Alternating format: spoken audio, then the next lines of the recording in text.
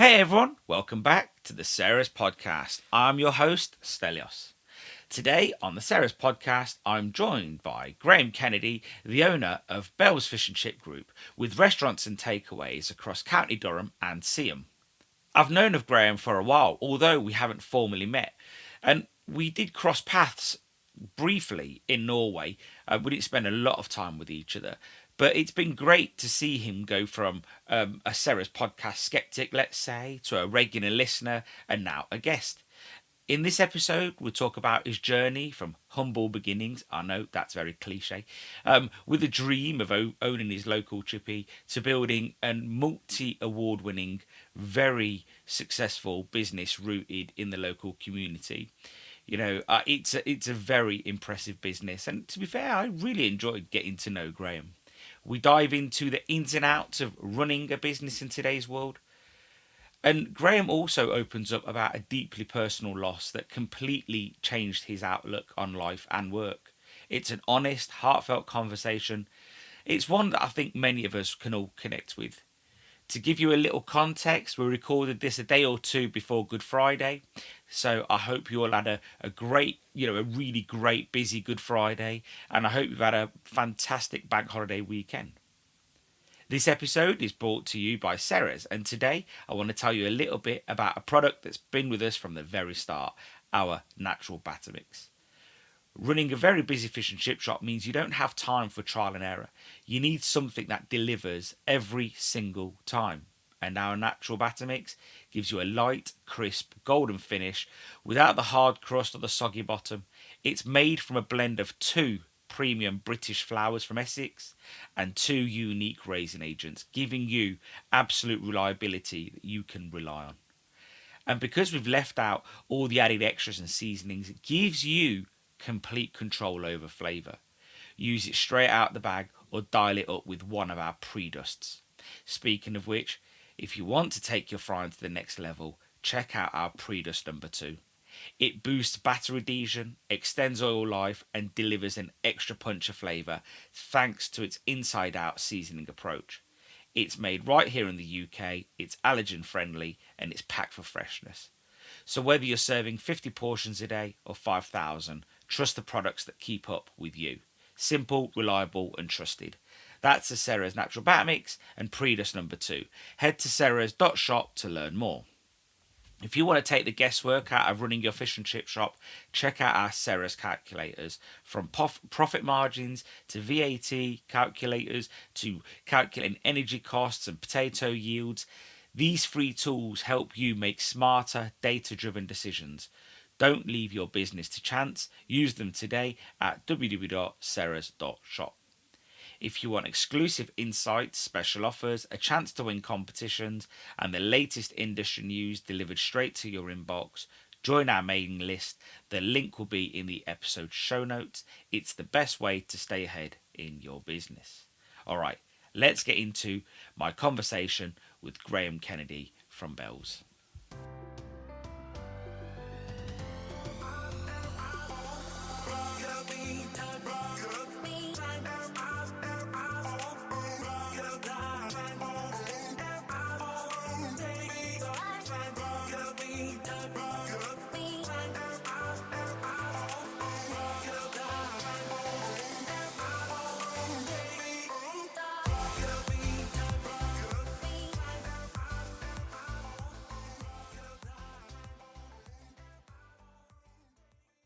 Graham, how's it going? Yeah, great, Stelios. Great. Nice We had, to see you. we had a bit of technological fun, didn't we? Oh, I've become a technophobe, I think, in old age. You were probably already a technophobe. It's just that everything's. Yes, definitely. No, it's one of those things, like I was talking to someone yesterday about this, and they were just like, as I'm getting older, I want less technology. I don't want phone. I don't want anything. And I sort of, I'm starting to sort of appreciate that. I'm always around technology. And Yeah. I have to ring my daughter when last night I was trying to watch the Champions League, and I trying to look on Discovery Plus, and it asked us to put a code in. I thought, well, I used to be already linked. Why has it changed? So I've got to ring it just to help, please. I'm not going to lie, that is actually a pain now. It's like it's constant, like the amount of apps we use that are constantly asking for your password and so on. Yeah. Our landlord at the warehouse, he's an old farmer, really nice guy. He can be a bit grumpy because he is an old farmer, but he is an absolute technophobe. Every day he'll come in with his phone, walking in, and he's like trying to catch someone's attention. He's like, "Could someone send a text for me?" And I'm like, 1 minute, I'll stop what I'm doing. Give me a second. Like, I'm not quite as bad as that. I think it can be. yeah, like I was on the computer one day sorting something out, and he saw that I was busy, and he literally flagged one of the lads down on the forklift, and he's like, "Oh, can you just send this text for me?" And I was like, "God, come on, Martin."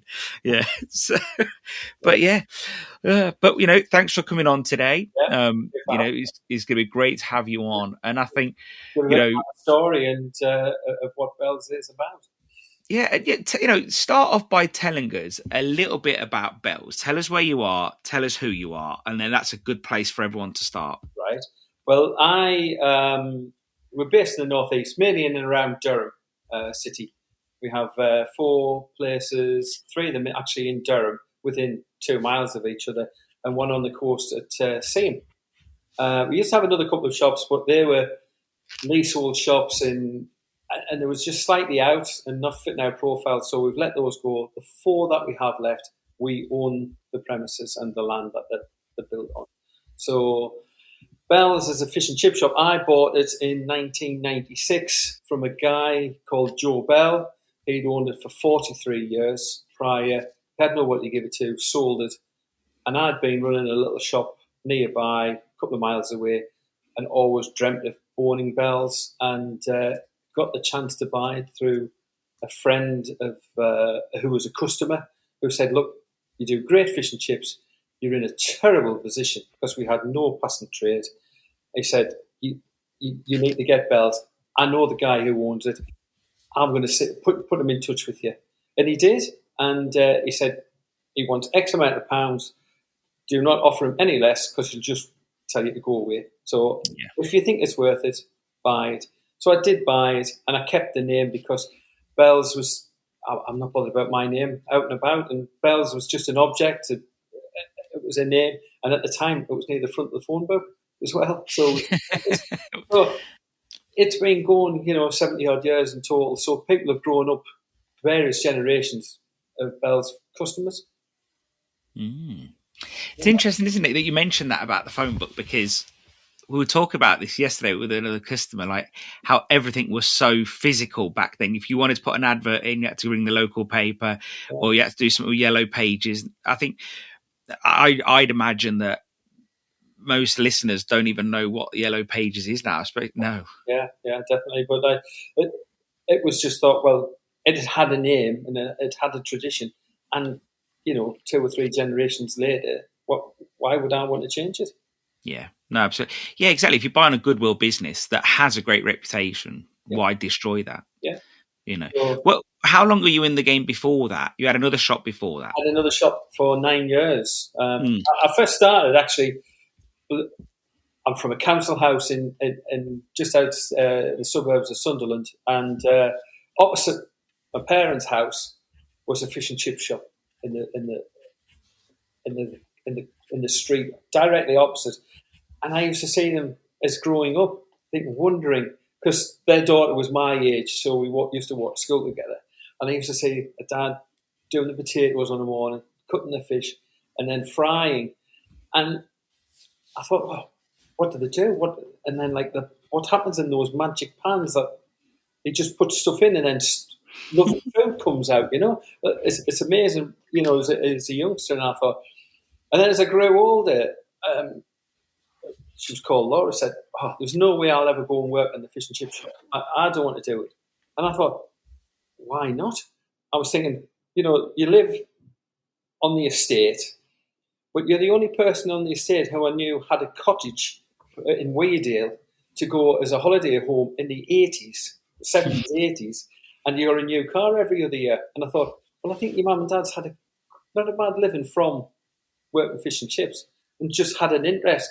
I then did a catering college. I did City and Guilds. I qualified as a chef and a baker and a waiter, did full time, and I started working at a hotel called the Hogarth Manor outside Durham. I'd been there about 5-6 months. I was making the staff teas, and I didn't know what we didn't have much produce, and so I'd cooked fish and chips 2 nights running. And one of the girls said, "Hey, you're really good at making fish and chips. You should buy the fish shop that's closed down in the village." And I thought I hadn't even seen it. I've been driving through it for 6 months. So this is how green and I was 20-year-old at the time. I'd only been working 6 months after college. And I sent my now wife Alison, I said, it was my girlfriend, I said, go and see if that shop's open or whatever. And so she went up and she said, God, it's like it's got a pool table in the front of the takeaway. And it's like a youth club and there's nobody going in. I said, well, it doesn't matter. We'll be able to change it. We'll get rid of the pool table. The rent's only 40 quid a week. We only need to take 50 quid a week. And that's how green it was. We only need to take 50 quid a week. And we paid the rent. Not thinking I had to buy produce, you see. Because my parents had never been in business or anything. So it was starting from scratch. So, but we decided, well, I'll take it on. Now, I had nothing to lose, apart from the fact I had to pay the £3,950 he wanted for the leasehold and the equipment. Went to the bank and they just like laughed at us, thinking, well, you're just out of college, you've got nothing behind you, what, you know. And I thought, well, that was quite rude of them, but I'll try. So I went to another bank, I'll move banks, and they said no, but I was still determined, I wanted it. So I said, can I have a car loan for £4,000? Oh yes, you can have a car loan. So that's what I did. I pretended it was for a car and bought the business, and it literally took off the first day we opened. Queue out the door all day, and I learned something as well. My brother-in-law was in the queue, and he said one of the customers had come over and said, "Great fish and chips, Graham, really brilliant." And I hadn't really acknowledged it, but I was just under so much pressure. I was 20-year-old. I was running out of fish. I didn't really know what we were doing. We were flying by the seat of our pants, just using the chef's training to get us through the day. And it continued like that for a fair few weeks, where I knew the bubble would burst, but it kept on going. But it did teach me that I had to learn to communicate with people and do good fish and chips, because I had no passing trade. I had a small little village, and I had to get those customers in every week. Yeah. And it did teach me a lot. I guess you're really punished in a small village, because if you get it wrong, you're going to get punished. And also, it's not to say that they won't forgive you, once or twice, but your attitude really does matter. If you've got a bad attitude in a small village, you're in for a world of pain. I had to be nice to everybody, even if, because they were rude. But they were all related in a way. Some of them, there was big families of, 8 and 9 brothers and sisters, so you couldn't upset cousins or whatever. So, but it did teach me how to deal with people, get to know people, and be compassionate with them. And then they used to come in, and I still have quite a few of those customers now come and see me and say, "Can you remember when, 38 years ago?"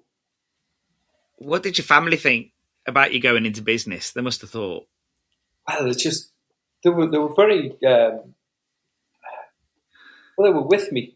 I have 2 older brothers who they just said, just get on with it. Didn't no help whatsoever from them. My parents were very helpful.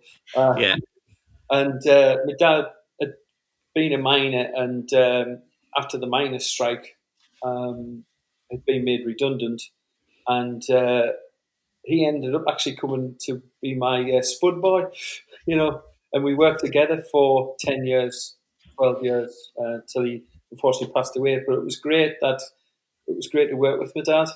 Yeah. For all that. I bet. And, but I was in charge of him for once. Yeah.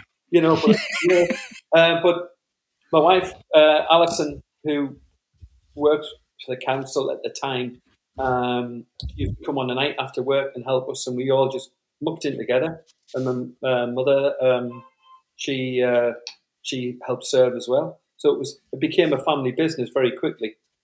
Yeah, and it was good. See, this is build me a picture, or as a picture of what the Northeast is like in the sort of like late 80s, early 90s. You know, Oh, well, it was, you couldn't mention the name of Margaret Thatcher in our area. You would be lynched. And actually, in certain areas still, you know, or conservative or whatever. They used to say, it was in Hartlepool years ago that they would vote the monkey in because, and they'd actually Angus the monkey, who was the guy at the football club, the mascot, was voted in as the town's mayor. wow. It's just, it was anybody but, and he went under Labour and Angus the monkey and won. It just shows you how it was a strong, working class, hard working, but those guys had the camaraderie, and families were very important, and the strength of each person to get them through these tough times. Now it's totally different. We're like a normal part of the world now, but it was, mines, pits everywhere. Seeing at our shop place at Seeing had 3 collieries within a mile, 2 of them right on perched on the seafront. But now totally changed. You wouldn't think that there was ever collieries there. It's weird, isn't it? Because when I was there with you, the one thing that strikes me is how you've really incorporated all that industrial design, the photos. The photos are quite creepy. I'm not going to lie, but I can see why, and that's because of the type of photo that they needed to take to see in the dark, and so it does sort of like wash out some of the features, doesn't it? Yeah, well, the main reason for doing Seeing shop was my father worked there, and he was 6 mile out at sea, Yeah, underground at mad. sea, and I just couldn't comprehend that.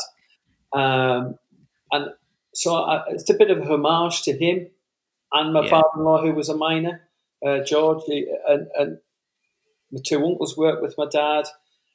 So it was. I thought I've got to do something. I didn't really need to do the shop. The shop wasn't done for commercial reasons. It was done for, I want to give something back. So I did create a slight mining museum, building the yeah. shop. It feels like it, but in a classy way as well. Yeah, Yeah, it's not Twig, it's not Disney. yeah. It's real. It is real. And also, I guess the difference is like, I guess there's still people alive that work in the mines. Like it's not that far behind us. It's not like World War II. This is only a generation ago. Well, I would say I'm the last of the generation of sons of Mm, miners.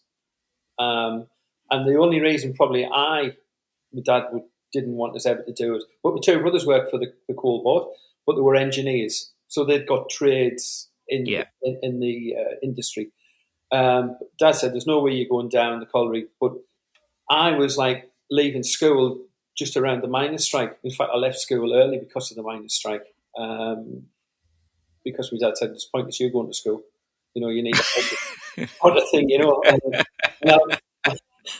was like, we need coal to put on the yeah, fire, but if we get caught on coal board land, we get the sack. You've got to do it. He says, pointless you going to school. Let's go and get some coal. We'll stay off the land. You get it. And you'll just get a clip round the ear roll if you get yeah. caught. So I saw the full year. My father had no income, really harsh. And at the time, most of the village where we lived were all miners, and there was no income coming. So it was a really tough time when leaving school. So I just then thought, I want to work for myself. But I didn't know what I wanted to do, but I wanted to work for myself somehow because I wanted to have my hands in control of my destiny. Mm. Nobody else. So, in some ways, do you think that minor strike when you were finishing school or to at the end of your school life, do you think that was in some ways, looking back, a bit of a destiny moment for you because it put you on a different path? Yeah, definitely. And so I ended up doing quite a bit of cooking at the time. My mother then started she had 3 part-time jobs to try and keep us going. So I said, and my dad became a flying picket, you see and my brothers were doing that. So I thought, right, I'll make a meal, the stews or whatever to keep the costs down. So I learned how to cook, and I thought, actually, I quite enjoy this. So I then, after the strike finished and settled down, I said, right, I think I'll go to catering college and learn how to do it properly. Still not thinking I would ever become self-employed, but I just knew that I enjoyed doing something. And if you do something that you enjoy, it's not like going to work. Yeah. What, like, on the whole, like, what do you think people feel like about Margaret Thatcher now? Do you think, like, thinking back, like now, like Well, a it depends who you are. If you're still, she has real hatred. When she died, there was still front page news talking to people here in the northeast of England. But actually, I've listened to a few of her old sound bites, and actually, I think she was quite correct, really. I'm never trying to be political because you'll always upset somebody. Yeah, it's true. It's true. Yeah, you can't ever. Yeah. But, you know, I do understand, but because my brother-in-law is really staunch left-wing Labour support sort of thing, and but he's done very well. He's got 2 degrees. He was a senior lecturer and is an author of coursework books in computers. And Wow. He always used to say at college, well, I've got 2 guys. There's one guy been to university, got a degree, got a master's, teaches in education. And I've got another guy who left school with very few qualifications, didn't do A levels, started working for himself. One drives a Range Rover, and one's got an old Beetle. Which one's which? And they all said, well, the teacher's got the Range Rover. He said, in fact, no, and I know for sure it's because it's my brother-in-law. But qualifications doesn't mean anything if you haven't got the drive, the personality. And he was trying to enthuse these students that it's not about qualifications, it's about the drive. So true. It is so true that you can't replace hard work and enthusiasm. You just can't. Yeah, I still work 7 days a week. I physically come into the shop 6 days a week, and then the 7th day you're on your cameras looking, and I still and every day I've had 1 week's holiday in a year. It's all my whole life's based around the shop. It's not a job; it's a way of life. Yeah. It's a way of life being in the fish and chips. If you want to do it well. It's interesting. So I've got a friend of mine who's hopefully coming on the podcast soon. He always calls me Tory boy. Always, like, not that I am. Like, he just calls me that. Yeah. But he's as left as you can get. I love him to bits, and he says he said, I will never in my life ever vote Conservative. He goes, it's just never going to happen. Anyway, so. A few years ago, there was the Brexit vote, and obviously you sort of had to vote for Boris to get the vote. And he goes, I did it, but in my brain, he goes, I didn't vote Tory, I voted Brexit. And I was like, fair enough. But, and then afterwards, order was resumed. Yeah. Well, in our little local village where I live, our MP is Bridget Phillipson, the Education Secretary. And, like, I think she's just extremely jealous of people who can afford to send their children to private school. It's all a bit of jealousy and whatever. It does feel quite vindictive. I'm not sure it. I think on the whole, it's sort of, when you read the real information economically, it does sort of make sense. But I think when you then pair it with, the things that they did, like taking away utility relief for the pensioners and everything, you add that all together, it just looks vindictive, doesn't it? Yeah. And, like, she got the job originally. I knew the previous MP quite well, Fraser, and it had to be a woman, it had to be a female, okay, who became our MP.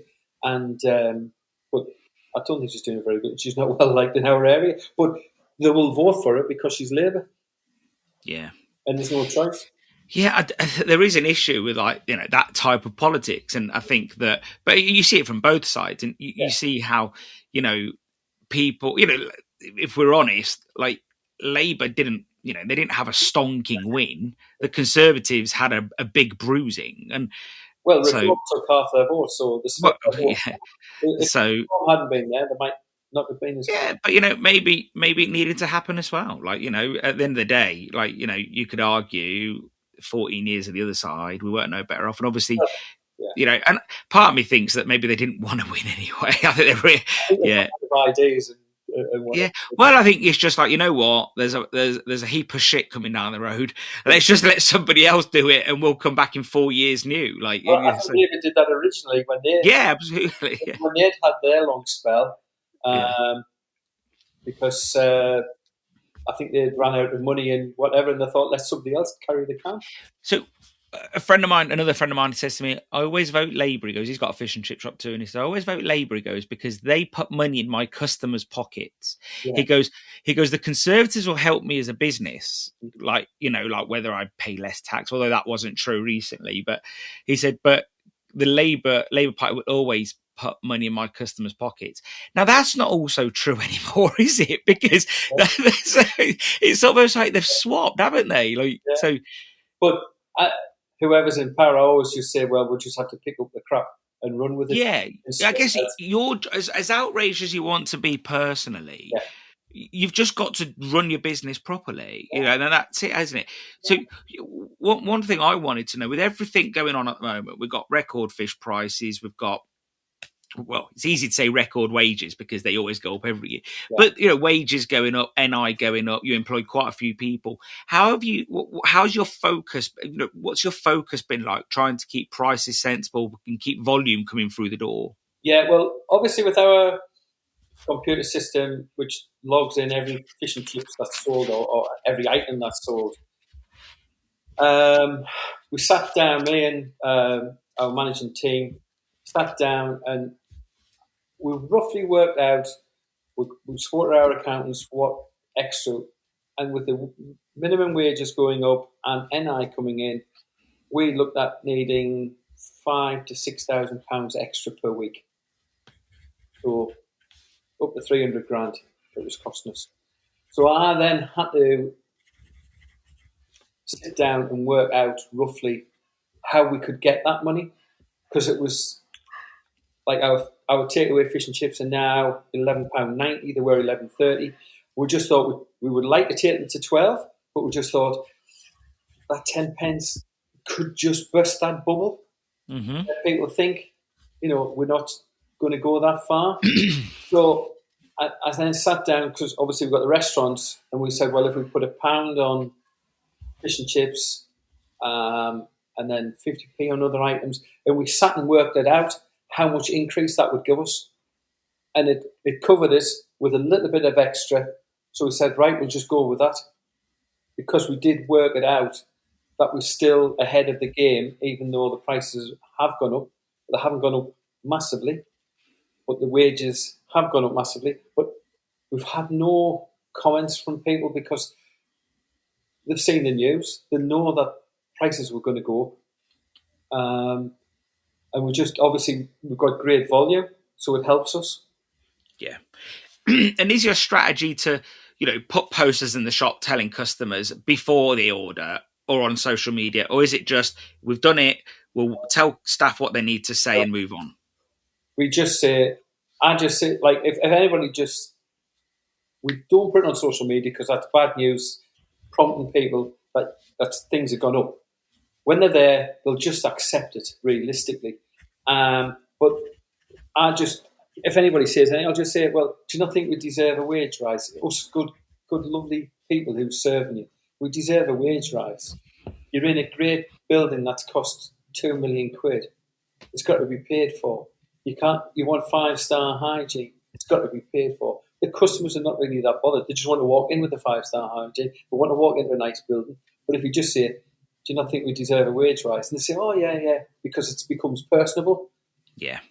Well, and when that nice server who served them, you know, you say to them, well, they've just had a pay rise or whatever, like that, it pulls at the heartstrings, doesn't it? That's right. Bit? Yeah. They don't feel, they then feel guilty for saying something in a way, and they think, oh, yeah, I can say, we've got to do it, you know. It's funny how fish and chips can be the only places that price rising is so, like, noticeable.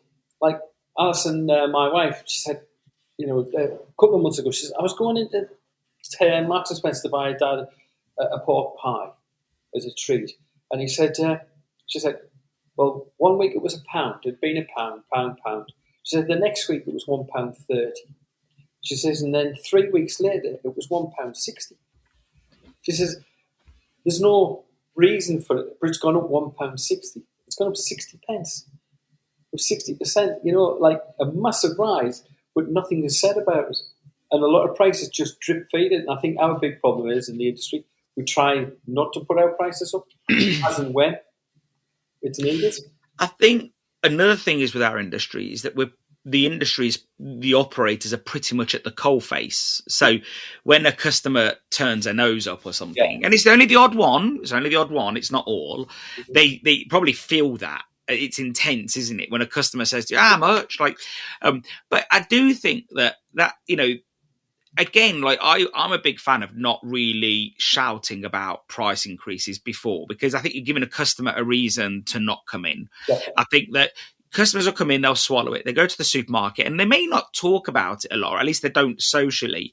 But I think they probably do go home, like Alison came home to you, and it was notable. So I do think they do look at that. And I think, I'm a big fan of just saying, look, just have the data, teach your staff, be ready to explain it if you need to.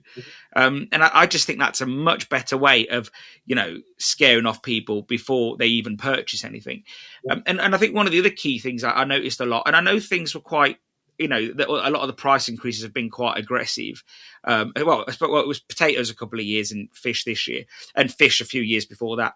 But I think one of the downsides that I saw is that people sort of panicked and they upped their prices, but also dropped their portion size. And I think that the portion size dropping would really piss customers off, because, I think if they've come in to sit down at your place and, they're having their regular 2 Anakin chips and bread and butter, let's say, that's their regular meal, and it comes out and all of a sudden there's a third less or a quarter less, they're going to look at each other and think, that's not the same.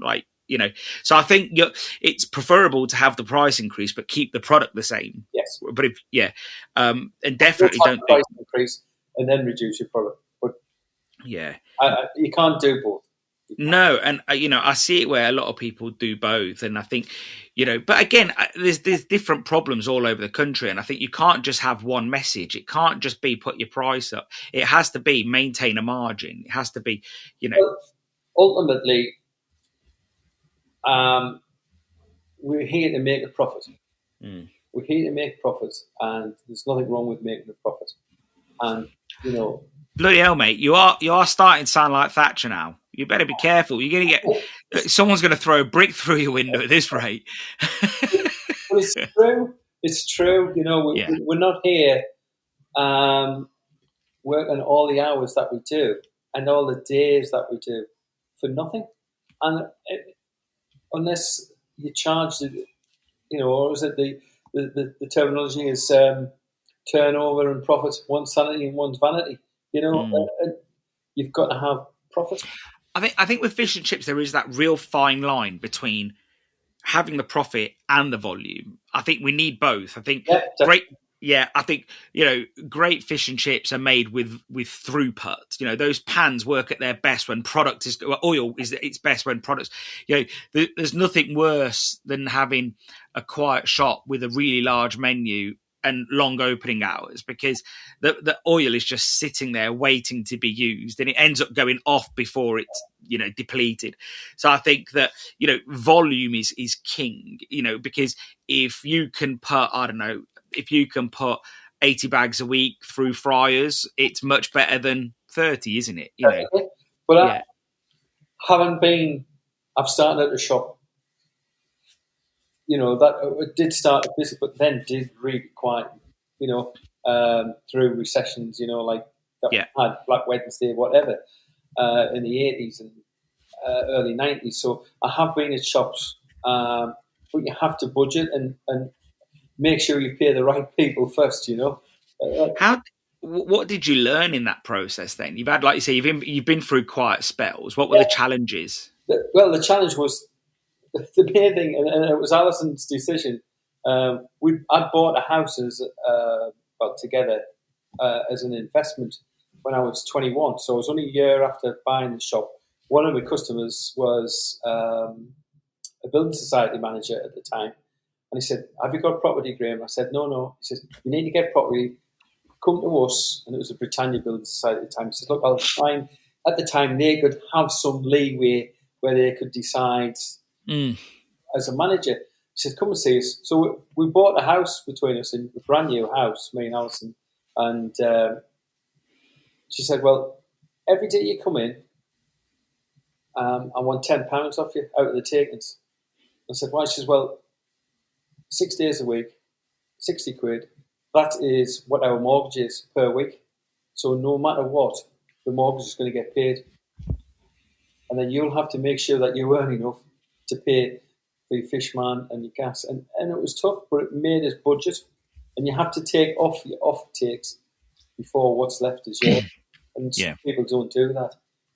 When you get, you take your fish and chips and you got there's VAT in it. Put it to one side. It's not your money. You think it's your money because for years it was prior. And you take it to 20% down. So we always do our accountant. Our takings are net of VAT automatically. So all of your shops today, when you look at the turnover at the end of the night, it's all net. So it goes through the accounts as net of VAT because that's not it's not ours. Well, it's easy to think it is, because if you're looking at the till receipt at the end of the night and it says, I don't know, just let's pick a number, £2,000. Yeah. You think, well, 2,000. But actually, in reality, it's like, let's say if it was, it's £7. Yeah. It's it not is your money, and that's when you can lose yourself and get into trouble. I think this is where technology can really help people manage VAT these days. Back in the day, you probably wouldn't have had it, so it would have took a lot of discipline to not treat it as your money. Yeah. Whereas today, though, with technology, whether it's calculators, point of sale software, you can have a separate bank account, just put that money in there or even if you just have a basic calculation, 1/6 every week goes in there. Don't even worry about it. Put it in a high interest account, as high as you can get. Yeah. Well, I think last year our VAT bill for our company was £1 million, or just over 1.1 million. And you think, it's an awful lot of money that could have been mine. But realistically, I hope one day my VAT bill's 2 million. It means I'm turning over more money and I'm making more. Yeah. Because I'm making a profit on what I sell. So you've sort of flipped that thinking on its head, haven't you? Yeah. So, I want to pay more tax because it means I'm doing well. Yeah. That must have took a lot of thought process to get there, though. Yes. Yeah. You can't beat the system, so, Yeah. Well, you can't beat the system. It's impossible. I think you probably can for a short period of time, but they'll get cottoned on, yeah. And to some degree, there's not much you can do with it. No, you can't spend it now. Yeah. Everywhere you go, so I remember, I don't know the system, but it was Barclays Bank at the time who were out. He said, look, you far better, everything goes through because you can actually use the money more and it'll make you more money than trying to hide it. Yeah. So, we've got a till system, everything goes through for all of our shops. Yeah. That makes sense. Makes absolute sense. One thing I was wondering, you've had quite a few shops since you took on the first Bells one. Yeah. You went up to 6, is that right? Yeah, I went up to 6. Yeah. And then back down to 4. Yeah. And that's not a negative. That was a smart business decision. I've spent time with you and you never took it as there was no shame or stigma. You made a business decision and said these need to go. What were the decision factors behind that? Well, the first one was we had a takeaway at Washington, which we'd had for 10 years, and our lease was due to finish, and we could sign a new lease. The shop was taking £10,000 a week. It was a good little just a takeaway, but it didn't quite fit our portfolio of our other shops, which are much bigger and restaurants. It was an estate shop. It was actually near a Nissan car factory, so we did quite a bit with Nissan. And we said they wanted to put 40% on the rent, and I just said, look, it's not worth it. The rent's going up, and I don't think it's necessary. I was trying to put pressure on them. I said, look, if you put that on, if we can't negotiate, I'll look to sell the shop. And they said, oh, you won't, we've seen your accounts and this, that, and that. I said, well, just try me. So they did say, right, no, we're going to insist on this rent. And like, it's funny, it's a property developer, it's called Helen's Group, and they develop the area around the shop. And it's run by a Scottish guy who's an accountant. And I just think you need to take the first letter of accountant because that's what he is. And it was just so tight.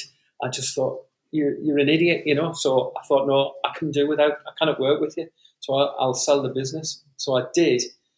And I was very disappointed because, in a way, we had grown from 1 to 6. And I was prepared to keep it going as well.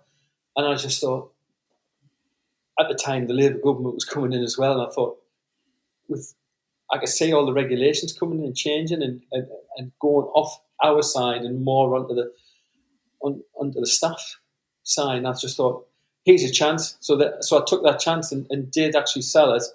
And then we had another shop at Team Valley Retail Park, and it was a really expensive rent because it was in a retail park opposite McDonald's, and we'd been beset from opening. We'd only been open 6 months. COVID came along. We were just getting over that, and then they closed. Well, they did some roadworks going around the Angel of the North, the famous building, and that was 2.5 years of roadworks, and you couldn't get to the place. And at the same time, just at the right time, Hotel Chocolat, which is owned by Mars Confectionery, contacted our agents and said, we would love to take that building on. We can't give you any money, but you can take all your equipment out. And I thought, and I just said to Alison, I said, look, I think we should pull out because we're not going to renew the lease in 4 years' time. We would have to strip the whole back to the bare shell, how it came in. And I said, that's like loads of work and whatever. I said, if we take our equipment out, we can go and open another shop if necessary because we have a shop ready in our warehouse. I said, and that leaves the 4 shops that we have now are all we own them. We own the buildings and the land that they own. And it's just so much easier when you own the property because your rent is dead money, realistically. A friend of mine, he said, look, he goes, I never had the opportunity to buy the freehold. Yeah. So I bought lots of other freeholds. Yes. And then there's another friend, and he's got quite a few fish and chip shops. And they're very good shops, and they're all freehold. Yeah. And he said to me, I'd never buy a leasehold. And he really sees the fact that their growth trajectory has been because they own the freeholds. And because you can go to a bank and say, I want a loan. And they pretty much, to be fair, because you have freeholds, give you a loan. There's nothing more than the bank wants for you to go bankrupt so they can take your freehold. We were fortunate during COVID, we'd spoken to the owners of our Durham City shop. And we were paying 120 grand a year rent, which is a lot of profits. It's a lot of rent, yeah. And I did say to them, look, well, we're struggling, there's not the people around now because of COVID. So he came up to do his yearly inspection. He said he'd sent his wife around the shops she saw this. She came back and she said, there's 25 shops closed. And I said, so what I cleverly done, I brought them up to our Fromelgate site for lunch, and it was full. And it's because people can park and whatever. So I said, well, this is the way forward now, Rod. So I did put a big element of doubt into him. I had been leasing it for 10 years, so I'd given them over £1 million in rent as well. Yeah. So I said, well, I think I might have to sell it, and sell the lease. And he said, oh, that would be a shame, I said, well, it's a goodwill gesture. We can get it valued if you can buy it, So we had it valued, and we got a great valuation, actually, and it was 1.3 million. But during COVID, when you're not open, your restaurant's not open, it's a lot of money.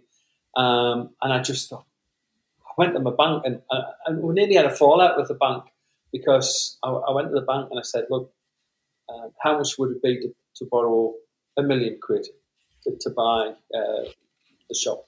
They said, oh, it'll be, I think it was £9,000 a week or something. And I said, all right, okay, well, I've got a chance of buying it. They said, all right, okay, we'll look into it for you. And then I had it was a video call of a bank manager, a lending manager, and my individual bank manager. And they said, well, Graham, we've come to a decision, you can't afford it. I said, really? I said, well, the loan is less than my rent by 50%. And I said, I've got a 17-year lease left with personal guarantees, so my home's on the line. So I will be paying the rent no matter what. So I said, realistically, you are now costing me £900,000. And I said, in extra rent I would be paying over a loan, and I'm not going to own it. And they said, yeah, but you can't afford it. I said, well, it just doesn't make sense. And I said, how? I said, oh, it doesn't matter. And I just hung up on them. I just said, I can't be bothered talking with you. I'm going to do my own. So I then thought, I've got to get it somehow. And this all going back to when I first started, I spoke to a company who do some financing for us when we do a shop out for equipment. I said, do you do big loans rather than like 100 grand loans? You do big ones. And they said, well, we've got a guy up in Edinburgh who might be able to help. So I said, right, can he come down to Ceres? So he came down to Ceres and he says, I'm going to get this through civils because it was at the time. So actually we did get it through civils, so we got it really cheap because it's only 2.5% interest. And the government paid all our fees, so it was quite lucky. But it just shows you've got to be determined. Stelios, don't accept no the first time. Really push and push. I thought that shot was pretty impressive. That view, though, at that shot is fantastic. It's amazing. And to be honest, we're guardians of that shop. You know, we don't, you know, we're only there for how long that we have it. And it's an amazing square, Durham marketplace, and it's the architecture around it. And we have such a unique building. It's great, yeah. It's very difficult. Yeah, I can imagine, because it's like, I think if I remember right, just to get to the kitchen is 2 levels, and they're not even full levels, and then there was another one above that. Yes. And then there was the walkway, well, the stairwell behind the shop, and then there was that window which you were telling me that leads to, no one knows where that window leads to. Yeah, it's originally it was 3 buildings converted into one, and it's actually, we had the BBC came out and did a little report inside it because it's such a unique building internally. The staircase is listed as the number 1 staircase in Durham, in the central part, and it was reused in 1710 or something from a ship, galleon. We've got parts of the galleon cladding downstairs in the cellar. We've got a hand-plastered ceiling upstairs by 2 Italian brothers, and they've traced them around that same period, and they've travelled from Italy right across Europe, right up England, and finished in Scotland. And you could see the moulds were just getting more and more worn. So it must have been a really important person to have lived in that building, because to repair them, because the previous nearest, when they did the work, was Auckland Castle, which was the home of Prince Bishops. And talking of important people, how did it go last week when the King visited? No, he's coming tomorrow. Oh, tomorrow is it? Okay. He's coming tomorrow. I don't think he'll be popping in for fish and chips. You never know. Might want chippy tea. You never know. He will be driving past my door. And actually, we've had people out today from the local bid people, and they've painted our windows and they've got a little girl. Looks like Paddington, really. Okay. Fishing, and a girl fishing in reeds. The little girl looks like Paddington, because that's not a good look.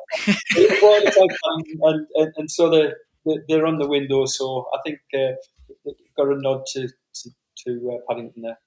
So if you were to buy another fish and chip shop, and I know you said to me you never will, and everyone that tells me they never will always do, by the way, Yeah. would it definitely be freehold? Like, is that what your thing now? Well, yes and no. I can understand why people buy leasehold, because obviously I don't buy shops per se. I buy buildings or I buy opportunities, and I create them from nothing. So the Durham one was different. We bought that, but we bought that from the receivers, so that was closed down. So we were able to put our stamp on. And actually, that shop won our area. It was in the first year of the competition, '87. Yeah. It won. It was called Bimby's, and it won the northeast area for takeaway. But I don't think it had any money spent on it at all after that. So would I buy it? It would have to be really good position. I've been offered loads, and I actually, if anybody wants to take any notice of me, I don't think it works in like shopping areas, shopping centres, because people, it's too heavy a meal for them. They want a burger or a pizza. They want something that they grab and walk with. But fish and chips, I think you tend to have to like sit down or. I sort of. I wouldn't say I fully agree, but I do. I think I just want to give it a bit of nuance. But the ones I've seen that have opened in shopping centres have always struggled. I think, and I think there was one that we used to supply in Essex, and they made their business. Their business is probably still supplying or being in shopping centres, but they do like the British fare, pies and fries, mashed potato, what would essentially think of as British canteen food, bacon and egg sandwiches in the morning. And that seems to do really well. So they thought, well, if these British classics do really well, fish and chips would do really well. And they had a Florigo as well, actually. And I remember like going to see them, and I was like, I just looked, and I remember me and Rob like just looking there and thinking, yeah, I don't know if this is going to work. And I remember saying to them, have you considered maybe doing the American version of fish and chips? Because it's a smaller portion, thinner fries, a bit of spice to go with it. But, they gave it a good go for 3 years or 4 years. And in the end, I think they sold the range and just carried on doing their British classics. So I sort of tend to agree to some degree that if you're out in the town centre, I think some older people might fancy a chippy tea. We have a town centre on our marketplace is city centre, but we don't have what you don't get is the takeaway side is nobody comes along. Can I have 4 fish and chips in a carrier bag to take home? No, they might buy chips and curry or to chips walk and go sit somewhere with it. Yeah, you've got to take a lot of money. You've got to sell a lot of chips and curry. Yes, it's good profit margins, but you've got to sell a lot to make £1,000, haven't you? Rather than, on fish and chips and whatever. No, absolutely. It's a tough call. It's a real tough call because I guess, it's a different clientele. And like you say, no one's coming in for 4, 6, 7, 8 fish and chips there, are they? So it's just like for themselves. Yeah. So but we have a blend. All of our shops are placed, so we have a blend of shops. So we've now got a coastal one. So when the weather's good on the coast, it's really busy. So you definitely rule out having a fish and chip shop within a shopping centre, which is what I was thinking of. Yeah. We've been offered Eldon Square, Newcastle, Metro Centre, and we just said no. Eldon Square, that was where George's Tradition was, or George's Kitchen was, wasn't it? Yeah. And we were offered that site. Yeah. After they left or before? Yeah, after. And it was like, you could have walked in with all the equipment there now on, but it just wasn't worth the fees. The maintenance costs for these centres. But like George's, great product and whatever, but the traditional kitchen, it became a pie shop, a burger shop. It was everything but fish and chips. And like, you've been in our restaurants, we just tend to stick to, we're a fish and chip shop, we're a fish and chip restaurant, and that's what we do. Yes, we have some burgers and whatever, but not a sort of big thing. We just stick there with fish and chips. Yeah, your menu's quite tight considering it. It's a very small menu, and the takeaway is as well. And I've been listening to your podcasts about keeping your menu small, and it's right. We do, and having the till system. If something doesn't go, we look at it each quarter. What's not selling? What's Mm. selling? What's not selling? And that's a way that data is very important these days. So Yeah. we can see what is selling, and we have noticed, loads of sausages now. People are just cutting back slightly, Yeah. um, but we buy, I think, the best sausages for fish and chip shops. We use McWhinnie's. I could get cheaper, but I sell lots of them. I sell loads of them. Um, and that's the proof in the pudding for me. It's a decent product. That it's a real decent product, and yeah. I read a really good story about McWhinnie's. Did I tell you this when I saw you? So Kevin McWhinney, I don't know. I've never met him, but I've been told he's a character. Yeah. And the story. I was just on my phone one day, just scrolling through, and it said that the article said something like Ferrari owner takes counsel to court. So I thought, well, I'm interested in this. So I open and start reading it. Kevin McWhinney, sausage manufacturer, takes counsel to court because he's got this really nice Ferrari. I don't know which one it is. I know it's red, and he'd park it in between two bays. Yes. But he'd also buy 2 tickets. Right. Yeah, which, let's face it, many don't. Yeah, like I should probably buy 2 tickets just for my bad parking, to be honest. And he got a ticket and he refused to pay it because he said, I bought 2 tickets. And he went to court and won. Yeah. Yeah. And I thought, you know what? Well done to the guy. You're basically just renting the beer, aren't you? Yeah. So, at the end of the day, he did the decent thing and bought 2 tickets. But, if you've got a nice car like that and some twat like me pulls up next to you and opens the door and just smashes your car, and because I don't care about my cars, you saw it, like, it's 240,000 mile on it. It's about to die. So if you park next to someone's nice Ferrari or Range Rover and you just whack your door open.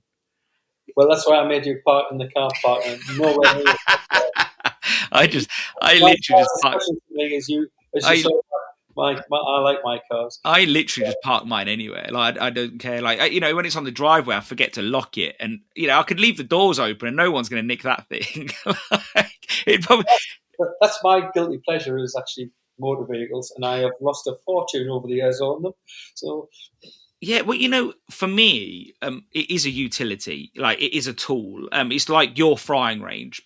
My car, and like, so, I literally, it's got about 7,000 miles in it, and then it's going to get binned off, and I get a new car, and I'll run that one into the ground as well. And I service them twice a year, but I'll just run it to the ground, and maybe when I've built a factory and bought a new house, I'll get a new car. But until then, I'm really not bothered. The cars is the reason I come to work. Literally. Just pays the bills on the cars. So, thinking about like today, like, you've got 4 locations, you've got, you're doing well. Like, what do you think formed that resilience? You had some real tough times. Like, what did you learn during those tough times? Just the destiny's in your hands, and how you get through it. And on a personal level, we had a stillborn son, full term, in 2000. Now, the way we'd built ourselves up over the years, because me and Alison, my wife, we still work together. We're both directors in the business. But we work together, but not together. I run the shops and I come to the shops. She works from home and does all the paperwork, used to do all the wages, does all the money. The really boring stuff she does, but she loves doing that. So we do that, so it's kept us working together. And I met her when I was 14 years old, and I'm still with her now, and I'm 58. So we planned, right? She said, look, we'll not have children till we can afford. So she worked at the council, so we want to get settled, and we'd only had Bells a year, and then she decided, right, I think we're out of time, So we planned everything. We bought a new house, and so hunky dory, life's great. And doesn't have to come back to bite you on the bum when you think you're doing well. And full term. But we called in the shop on the way when she was in labour, dropped the washing in because we did the washing at home, make sure everything, because I said, look, I'm going to be missing for a couple of days.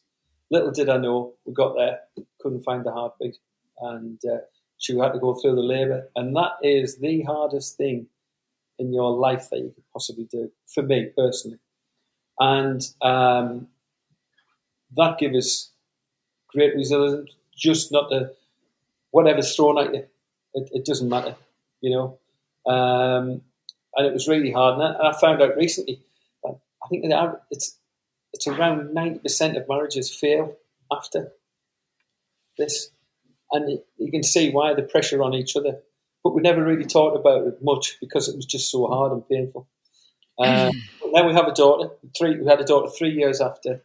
And like, we brought her into the business after a degree. And it's like, she's the world to us because of that hardship. But any other hardship in business, whatever, it was meaningless. You know, my dad died, who worked with us 4 or 5 years later, and it didn't really hit us because I've been through so much pain. Mate, that's horrendous, mate. Honestly, yeah, and so I don't really talk about it, but I have opened up. But I thought it was necessary just to give people an insight and into, you still think about them every day, and but you can talk about it now. Couldn't talk about it for the first 10 years. Wow. But you know, so in that respect, like, the shop could close tomorrow, but you've got your wife, you've got your daughter. That's more important. Yeah, your family's more important, and that's what it taught me. I guess it gives you a different type of resilience. Yeah. Because whatever, you know, stuff that's turning in, it doesn't matter realistically. Yes, it does in the short term, but like, you can get over it.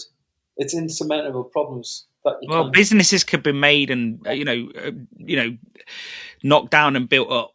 That's right. You know, but you can't replace. What is more determined after it, because I threw myself into business, and that's where Bella's really started moving forward. Do you think you're a lot more sort of focused, determined, or you just didn't want to focus on certain other things, and you just had to focus on something? Yeah. I ended up focusing on work rather than, I own a fish and chip shop. Are we doing all right here? Yeah. Do you think you hid from that feeling though? Like, I hid in the work. Yeah. In work. Yeah. Yeah. That must have been really hard for your wife though as well. Oh yeah, it still is. You know, like, we buried him 2 days before Christmas. Oh man. You know, like, and you know, everybody's having a great Christmas, and you just, you know, you don't even want to get out of bed. But so this is, you know, like, and I hear these stories from staff. I'm a bit depressed. I can give you real depression if you want it, but you just like go on through it, you know. But we're out of it now. We've moved on. Eve's along now, our daughter, and she's in the business. I'm trying to teach her the succession. Yeah. And how hard is that? Because, well, you know, there's a saying that I heard online, and it says that hard times make hard men, and good times make weak men. And obviously, interchange that for women and men, depending on how I feel. Yeah. Like, so you've built something. You've been through the tough times. You've built something solid. Well, you know, and solid foundations. Yeah. How do you then stop her from being afraid of making mistakes? Because obviously you just got to learn her way, you know, and you know, but you don't obviously want the mistakes to happen. So how do you navigate that fine line of trying to promote and also not be an overbearing father?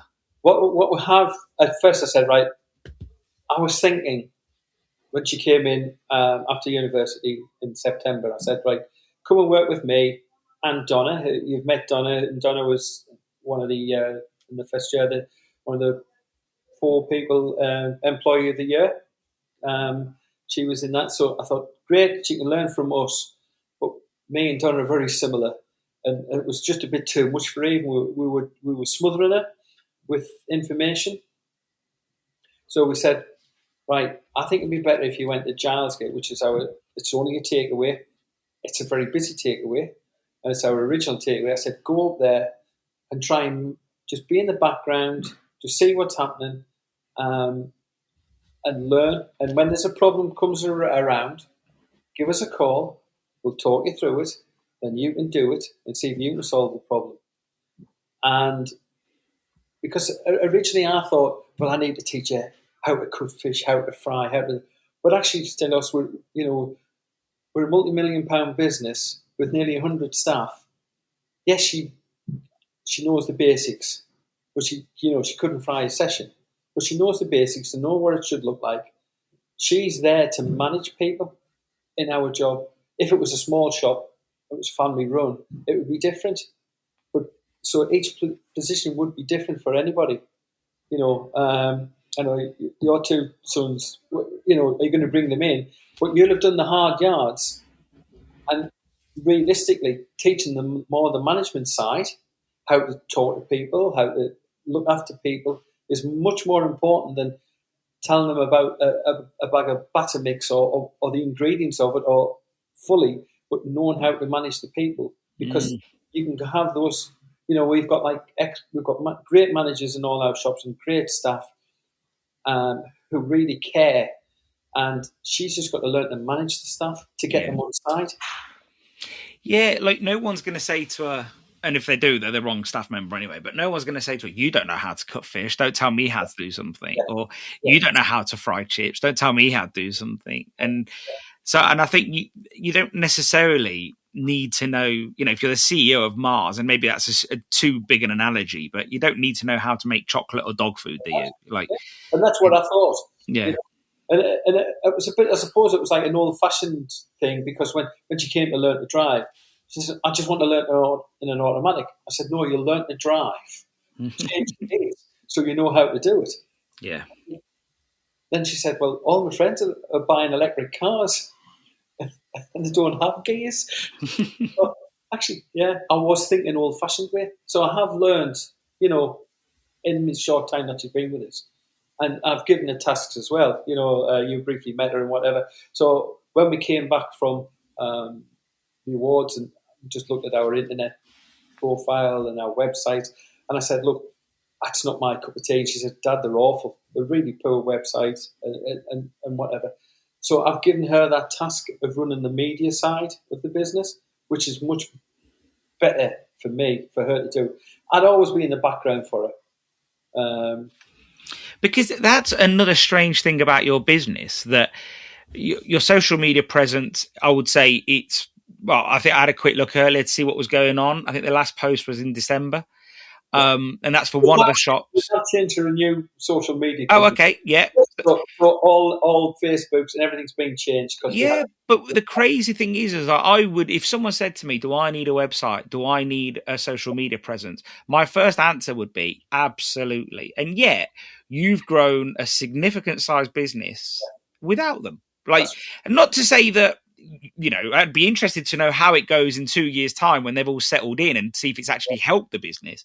Yeah. But what do you put that down to? Is it word of mouth or? Word of mouth. And like, we've got the area saturated in Durham. There's no shortage of chip shops in Durham, is there? Yeah, but there was more, but we've bought them out. Okay.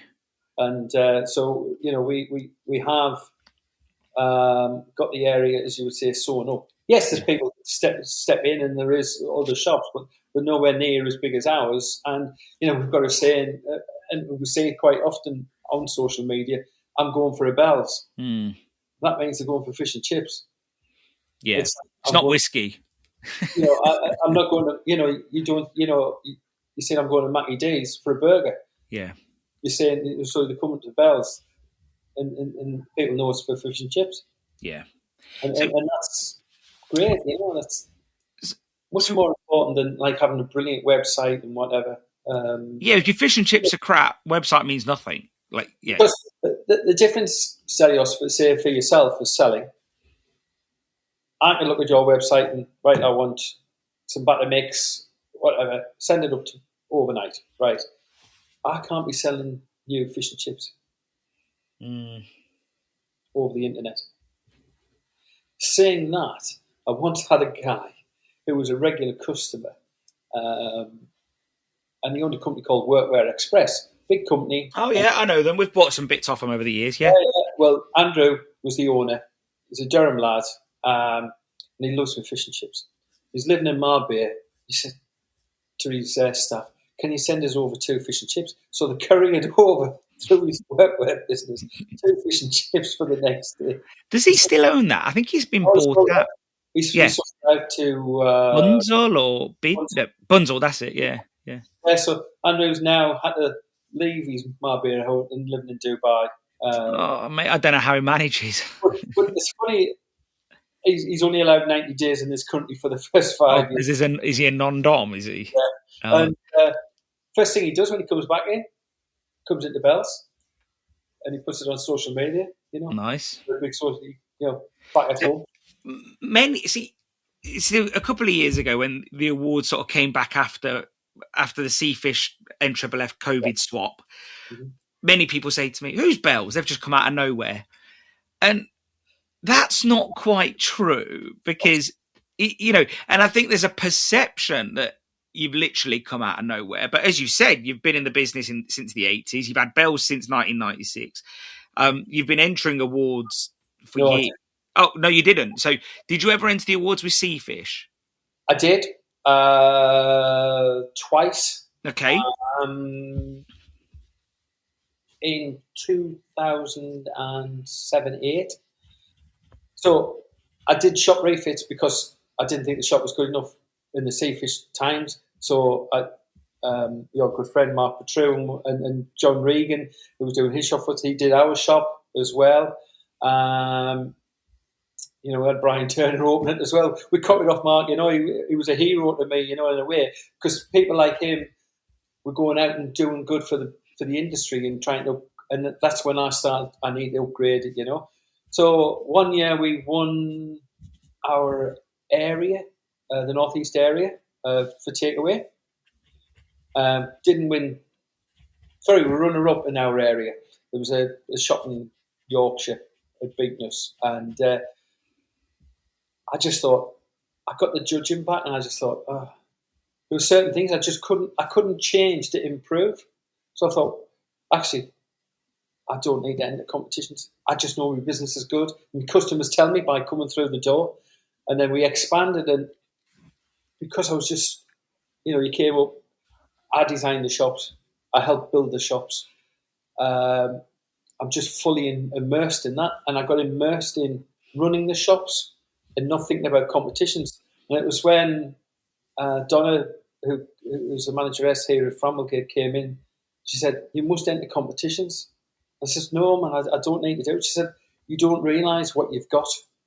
You've got amazing premises, amazing product. You do everything correctly." She'd come from shops that didn't do things correctly. And she said, "You need to tell the world about you. You deserve to. You've put a lot into this industry." And we have. We spent millions. But we started at nothing, as I tell you, borrowing $4,000. Yeah. And I've managed to pay my mortgage off last year because I kept borrowing against my house and putting the money into shops because that was more important, the shops and the business. So it was then when I sat back and she said, "Well, go on then." And her and her daughter entered me in the competition. So 2 years ago, we entered multi-operator, and we finished in the top 3. And went to London. We thought, "Oh, this is quite good." This, so right, we'll enter again. So the next year we entered multi-operator, and at the last minute, she said, "Oh, well, why don't we do filter fryer?" So entered filter fryer on the last afternoon that you could enter. And amazingly,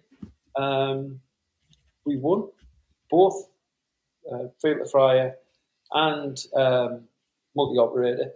And it was about just using my experience, Stelios. It wasn't about it was just how we do the process, because we don't know how we were doing them. It's just like for a competition standard. Yeah. But that's what we do anyway. It's natural sort of thing. So then this year we said we'll enter. We were looking at what we could enter. To be honest, we said, "Oh well, why don't we enter restaurant of the year?"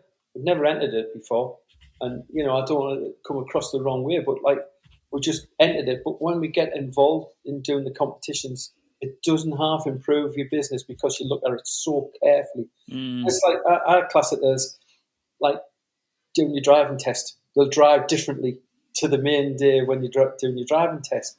So we just fully immersed in it, and we're like fully on it, make sure everything's correct, and we managed to win, which was amazing. Would you say that it's been a boost to business, the turnover? Oh, yeah, it's been a boost, but I don't know if it's been a major boost, because when you've already got the market anyway. Yeah, well, my thought process as well is, if there was a boost, is it because of the PR, or is it because you were hyper-focused on doing the job right, or both? It's a bit of both. Yeah. It's a bit of both. And, today, actually, all of our new uniforms have turned up ready for Good Friday. And we've got all printed on the back, the competition winning on the back of the takeaway stuff. Yeah. So, because that's where it's important, because their backs are normally to the customers, Yeah. And our new signage has come as well. So that's been good. That's up. And I'm actually dreading Good Friday, to be honest. I bet you are. Well, dreading the run up to it, no doubt. Well, it's been so busy. Yeah. And people's expectations are brilliant, and you try and keep that. But, we're preparing 7,000 fish to go out to our 4 sites for one day. Yeah. And it's an awful lot of stuff to cook and get right, So do you see a difference between the NFFF Awards and the Seafish Awards? Yeah, I think it's more focused to the industry with the NFFF. Yeah. For the better, because I didn't enter after that particular year, because I thought that the judging was. I didn't agree with the judge, and I'll not name him. And he's quite well known in the industry, and like it was various things, and like he complained I had a watch on, and I said, well, I need to time things, and it was such a small shop. But he had a watch on all day as well, so you can't be double standards. I thought it was just a bit of double standards in it. And Okay. I thought, I can't be bothered with this. So yeah. I do love the awards now, and we have a great time. We always take 10 people down, we'll have a table. But I do think the NFFF can do slightly better. And some of the award things were, it was like I was talking to the NFFF, and I said, I want a table of 10. But we obviously we're in the finalists, so we get 2 free tickets. And I said, last year we got 4 free tickets, we had 2. And she says, well, that wouldn't happen this year, you'd only just get 2. And I thought, that's a penny pinching. If you've won the, they were going to give those 2 tickets away anyway if it was with 7 people. And then I said, all right, well, and she said, well, the balance is, it's 8 times 250. And I said, well, no, it's 230. She said, no, that's for an individual ticket. If you buy a table of 10, it's 250. I said, well, it's normally the other way around. If you buy a table of 10, you get a reduction. Well, no, you've got to pay extra. She said those 10 people could be on separate tables. I just thought that was just doesn't come across right. Yeah, sounds like that needs a bit of work for sure. Yeah. Yes, yeah. Or at least whether it's the delivery of the message, like But yeah, that was where it was changed actually when I did pull it up to them. They said, whether they had to or not. But I just thought it just doesn't make sense. I like things to make sense.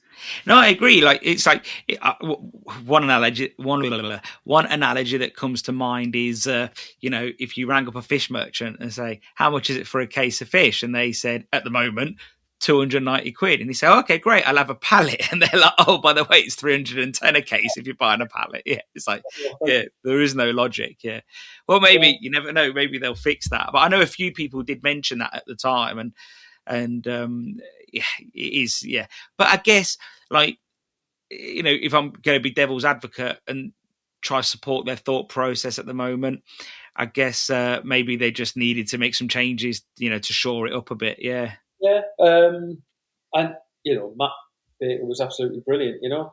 What it changed, and it worked. And it'd be difficult to make it any better, realistically. Than but Well, you love Matt Baker because he was a local lad, and he's down the road from you, isn't he? yes, and we looked into him a little bit, and our same shop, he was born 2 miles from it, and then our Glasgow shop, we went to school 600 yards from it. So I'm sure he must have come in as a customer.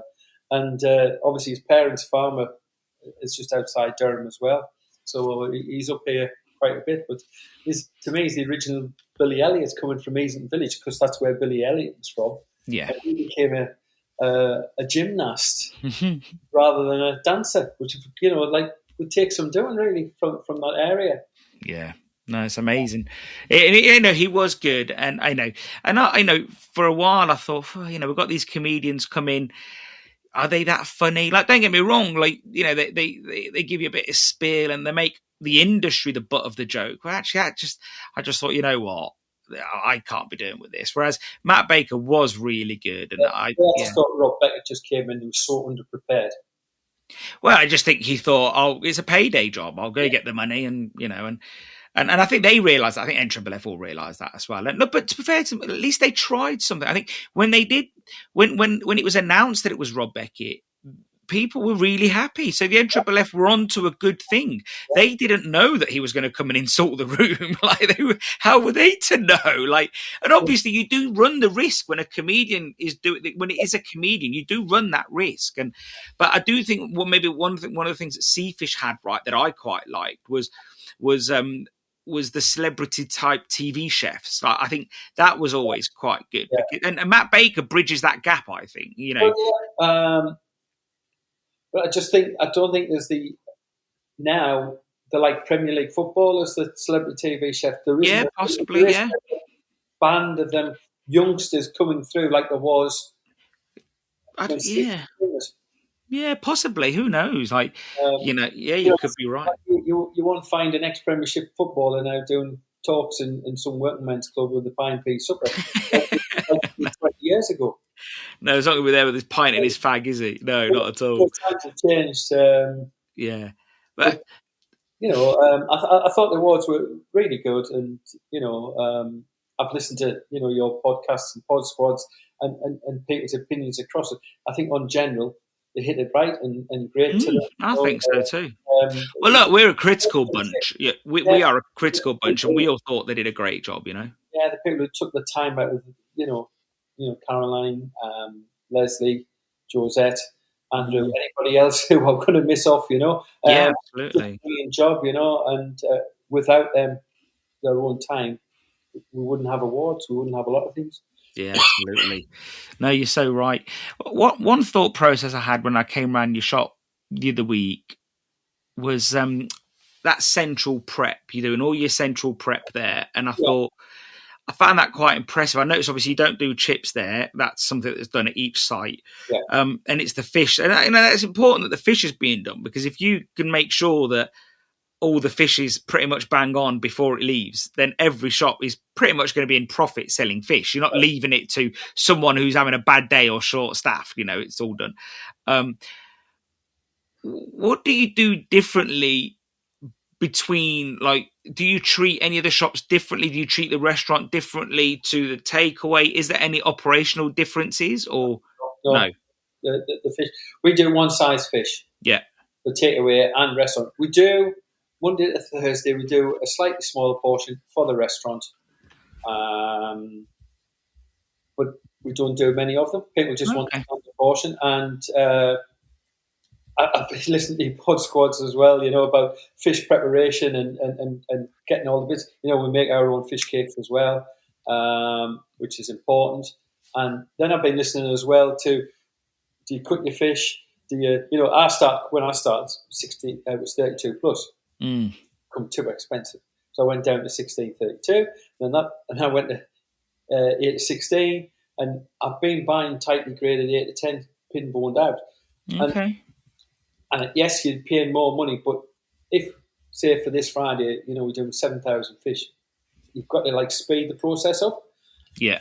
And if we can get that in, and I know it's more money, but I know what it's going to cost me, and I know what the portions I'm going to get out. I'm going to get 30, 26 out of a block, and that's worked out already. So I know how much each fish is costing me. So we've just actually done our year-end accounts, and our profit margins across the shops, because we do internal invoicing. We're, the accountant to me, he keeps saying, I don't know how you do it, but it just happens. Your GP 66.5% across the board.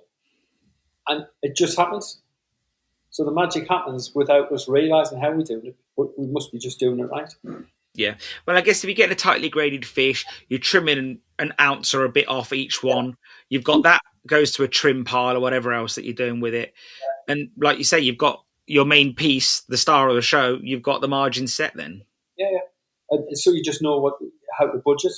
Yeah. It works. And I guess, was your fish cutter called Steve? Steve, yeah, I remember rightly, yeah. And I guess, if he needs to train somebody else up to cut those fillets, it's not going to be overly hard at that size, is it? No, at that size it isn't. But we've got another lad in who's a fryer, and he's been doing a bit of cutting as well, and he's getting there. It's not easy to get somebody to come and stand and cut fish. Because if Steve doesn't do it, I'll do it, or Donna will do it. Yeah. And I can't be bothered to do it. It just drives me insane. Standing hours cutting fish. I might have done that 35 years ago, but I don't want to do it now. I had a customer ring me the other day and goes, I want to top myself today. I says, why? He goes, I was cutting fish and I was listening to your podcast. I said, well, what bit was it? What bit made you want to kill yourself? The cutting the fish or listening to the podcast? You go back last year when we were filling in the competition forms in. My mother passed away, unfortunately. And I was like, I'm halfway right through filling in the form. It's got to be in the next day. And I'm thinking, it's the last thing I need to do. But, right, I've just got to get on with it. And then the same day, Steve was took ill, the fish cutter, and he was rushed to hospital. So my mother passed away on the tea time. I was back in the fish room at 5 o'clock the next morning because he was being rushed to hospital as well. And you kind of feel sorry for yourself. You just got to get on with it and get through it. What is it they say? When it rains, it pours. Yeah. And, and that's 7 weeks. Yeah. And, I thought, he's not allowed to be ill again. I've told him. He's not allowed to. Ill again, He did look a little grey when I came that day, to be honest.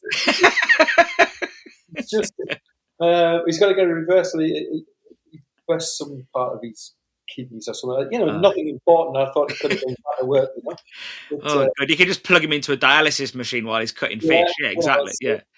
So, I think they put a stover on him. So I said, well, at least you don't have any toilet breaks now. Oh God! Well, if you're going to be efficient, then you can ask for a bigger bag as well. But do you find it difficult finding staff as you've grown? Obviously, You've contracted a little bit, but you've grown over. The contraction was about all of our managers have been with us a long term, and like I'm 58. One of the Washington manageress, she was 63. And we're all coming to the end, and I couldn't see anybody because we try and upgrade people through the business, through management. So it gives somebody to go inside your business so that they can get it. And I just couldn't see there was going to be a gap. That was another reason to close the shops as well. Just staff. Struggling to get staff since COVID. That is hard. But again, if you've got some upward trajectory, people feel like there's some mobility there. Then, whereas and I guess where most normal fish and chip shops may struggle, or independently owned single shops, is there probably isn't a lot of upward mobility. So then, if you've got a really good manager, obviously paying more, you'll do that if you've got a good fryer or manager. You want to keep them, but there's no career progression, is there, to some degree? Right. So then you got to think to yourself, do I open another shop because I want to keep this person or something? But again, that could be a positive thing too, if you're that way inclined. Yeah. And then we were doing that originally. And it worked. But I suppose I've just got old. Yeah, I get that. It happens to us all, doesn't it? Yeah, So, but realistically, I don't need to come to work, Stelios. yeah, My career is finished. Realistically, I'm doing it because I love the industry still. I yeah, love, there's nothing better to me than when people say, "Oh, I've really enjoyed those fish and chips." yeah. There's nothing better. No, I agree. So one thing that makes me I appreciate this about you. It makes me laugh a lot, actually. But when we were in Norway, we did spend a lot of time together. But on the final day, we were next to each other for a little bit, Yeah, and I noticed that you were a bit. I'd say a bit on the grumpy side. I think you were a bit stressed, to say the least. And I thought, obviously, I've not spent a lot of time with him. I was sitting next to Biana, we were just chatting, and we were talking about sort of like Cypriot food and the food from the Balkans where she's from, and we were talking about. And I remember you sitting there with a plate of chicken or something. I can't remember what it was, and I didn't know that there was a lot of food over there that you were not eating. But on this day, you sort of found some food that you're really happy with. And then me and Bayana were talking. You literally got up and you're like, "You two are making me sick," and you just walked off. Now I didn't realise that you're actually quite a picky eater, and yes, we were making you feel very queasy talking about all this different foreign food. yes. So you must have been even more pissed off because you're thinking, I'm not eating properly for 3 days. And now these two are talking about some sort of, what was it? I think we were talking about brawn, I think pig brawn. So Oh, you're, like your face and already. brains and things like Yeah, that. yeah. And your I was face. feeling really, really queasy as well. I'd had an evening with Andrew Crook and Austin Duck, you see, as well, in the pub, So Well, they're all right because they're on a liquid diet. So yeah, yeah, you'd be all right with that. Yeah. yeah. So I'd had a session with them, and then I was just thinking, oh, it was terrible. I hate, I hate the smell of fish anyway, and I've got the wrong job. Well, and But this is what I was telling you when I was there that day, because I read when I was with you, and I thought, your fish cutting room smells like a fish cutting room. Like you're not going to get away from that. That's what it is. Like a butcher smells of blood. And I was saying to you, I'm going to give you a box of our degreaser so you can actually get rid of that smell. Yeah, yeah. So, but it's not a surprise. But you don't actually like the taste of fish either. So has that? But as well. But you said to me, that doesn't mean that I don't know a great fish when it's cooked. That's right. Yeah. So nearly every day, as the shop opens, I'll grab a small fish piece, and I'll dissect it, try, make sure the butter's right, make sure the fish texture's right, make sure the fried it right, and taste it. Yeah. And then tell you if it's really good or not. Yeah. People don't like it. And then you go purge. No, I now, but it was obviously my chef's training as well, because as a chef, my first head chef was horrible, really, to us. I said, I don't like fish or seafood, I hate the taste and whatever. Well, he made us bloody taste every fish sauce soup good. Because you've got to learn, how do you know what you're going to give the customer if you haven't tried it yourself? So I do try it, whether I like it or not, I do try it. Well, I guess you have to be objective, don't you? You've just got to say, I may not enjoy this, but I understand that A, B, and C and D are perfect. Well, that can be served. Yeah. My wife's total opposite. She adores fish, would eat fish every day, loves shellfish, seafood, everything. So, and every time we go out, she'll get seafood, and I'll say, why do you do it? It stinks. Your face. Just talking about it right now, no one can see it, but the disgust, like you saying that your wife orders seafood, it's just like... Eva, our daughter's exactly the same as me. She's the same. She's horrified as well. So, yeah, but now I know, though, if we're going out for something to eat, we're going to get a nice big steak and the sides, and we're happy with that. We can do that. Yeah. So hopefully, Hannah's sorted it out for this year in Norway when I go, because I had a great steak. Everybody was jealous of my steak. What was that at the restaurant? You had a steak at that? No way. It was outstanding. Well, if I'd known that, I would have had a steak too. I would have made up an excuse and said, I don't like little dishes of seafood. To be fair, I do actually like little dishes of seafood. Yeah, but when we walk around that aquarium, I've never tasted it. I did try it as well, and after the third go, I thought, no, I'm just leaving it. And then when we went to Norwegian ambassadors and all those little bits of food came out, it was even worse. I couldn't hide the fact that I wasn't eating it. Yeah, it's just. I just noticed that you were increasingly uncomfortable in that situation. Well, And that was the big drying room as well when we went to at Bardeen Spa, yeah. warm. Oh, Yeah. I remember like we were walking through the puddle. There was a puddle of like, again, it's a fish room. It's a huge fish room. And I remember seeing your face. I just burst out laughing. I couldn't help myself. But let me tell you something. So in preparation for this podcast, I thought I'm going to text you in a minute afterwards and I'll get some photos. But I thought I'll look at the photos I've got. When I was in Norway, I must have took 3,000 photos easily. none of me. None of you. I know, but you're not even in any of the background photos. But I'm convinced you were in like vomiting somewhere in the background. But not even like the back of your head, the back of your body, a side shot. Like if you didn't want to be seen, you did a really good job. I thought it was deliberate. You just kept. I'm starting to think it must have been deliberate that you didn't want photos. When you sent us all the photographs, and I did make a comment. I think I'm on one in the aquarium. Oh, that's. I had to take others because there was other people with me.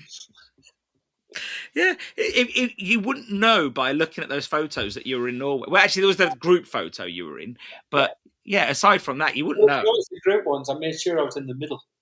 No, I didn't notice. You're really stamping your authority. I'm going to be in this photo. Because I kept thinking, Stelios has never took a photograph. To be fair, I don't know. Like, I was just baffled by it. I just thought, like, because people were in front of me, I just took a photo. So maybe you just weren't in front of me. I'm just, yeah. But so we're going to leave it here. You're getting ready for a really good, busy Friday, big Good Friday. This will probably be released just on Good Friday, I'd imagine. Right. But most people won't listen to it on Good Friday, I don't imagine. So you never know on their way to work. Most people always listen to it when they're cutting fish. But and are you doing anything for Fish and Chip Day as well? Because that's obviously the next big thing. It was actually what we thought about.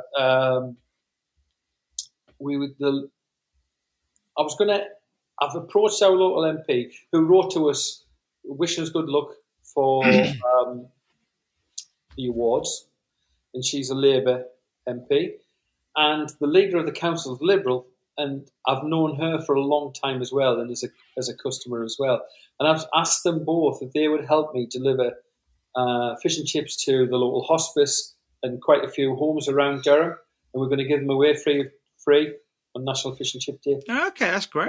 I want them to come out and give us a hand to try and get the press involved as well, the publicity for them. But it's going to try and be neutral, across the party lines. So we'll have Liberal, Democrat, and maybe you could say like everyone having fish and chips, the great unifier. Yeah. So that's what we want to do. We want, if they won't take part, we'll still do it. So we're going to give to the local hospice, which has had its problems. It was on the national news where they've had to let 25% of staff go because of the new NI and whatever. And so we always, once a year, we'll drop them in fish and chips for the staff and the patients. So there's a couple of care homes around us, old people's homes. We'll drop them some fish and chips in. Yeah, that's brilliant. And this is what I've been sort of saying to people, and we wanted to talk about on the next Pod Squad. And with Fish and Chip Day, if you didn't want to do an offer or give away free food to the everyday customers, do something for the community, whether it's the local school, the local care home. And I really think there's a lot of value there because I think giving an offer on the day is not going to do a great deal. I guess, again, it depends what type of shop you are. If you're very fish and chips led, then it probably won't. Yeah. But if you're, a shop that probably sells more of other things, like if you're up your neck of the woods, Parmos or kebabs or... That's for a tea side, that's Parmos, not I just said... It's what? We don't have that muck up there. To be fair, one of my customers who listens to this, he's in Teesside. He said, "I won't eat that shit." So yeah, he won't eat that. Yeah, but what we keep forgetting about National Fish and Chip Day, it's very important to us. Yeah, the majority of our customers won't know it is National Fish and Chip Day. No, but this is why we need. I guess you need to try get that message out to them. I guess that's what we're trying to do. Yeah. You know, Yeah. And also these goodwill gestures really do stick in people's minds, you know? yeah, but I think as well, we do really well and win the awards and whatever. I think it's time to give back as well, Stelios. Yeah, We give back absolutely. to the community, and we're more than Absolutely. So Yeah. um, Well, I haven't yeah. got everybody with my. No, I don't think so, Graham. I don't think so. I think it's been fantastic. I think it's a great introduction. We'd love to have you on again. Yeah, I'd probably love to have your daughter on at some point as part of a round table with younger people, younger fish fryers. I think that would be good, or younger people coming through into the industry. But just thanks for your time, and I we'll just talk soon. I give back to the industry. Good. Great hero of mine. David Miller has helped and whatever. And David's company end. That old man, he needs to retire and look after his red wine cellar and whatever. And whatever. And if the NFF want help in future, I'm more than happy to help them. And I think Yeah. more people should help them. I know Ryan has joined the board as well. I'm not saying I'll join the board because you never know.